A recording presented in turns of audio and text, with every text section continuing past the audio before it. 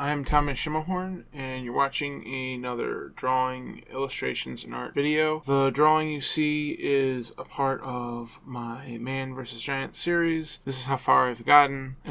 In this video, I'll talk about how digital art is not for beginners. Over the years of drawing, browsing the internet, and trying digital art myself, I feel like I can form some type of an opinion on the subject. On YouTube, you see a lot of beginners doing digital art, but there's not really any form or depth to their drawing. This isn't a topic on what's better, traditional or digital. This is a topic on why digital isn't good for the beginning artist. When you begin in any type of anything, you need to learn the basics. There's no difference here. Line, shape, form, contrast are all things you need to learn to become a better artist. But digital art lets you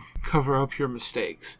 You don't have to correct them because you can just cover them up. I believe that every artist should focus on the basics for their first 5 years, and then once they've learned the basics, switch to digital or your own preferred type of medium. And the reason why I say that is because I believe that digital is its own medium altogether, right?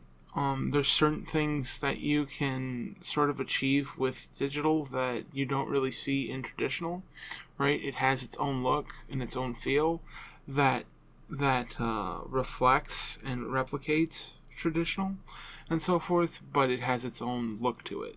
I'm not a professional, and I could be wrong about this. So in the comment section below, tell me what you think. Also, again, this isn't about what's better, traditional or digital.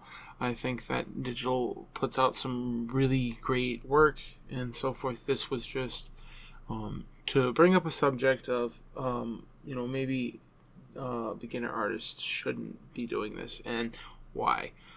I will see you guys in the next one.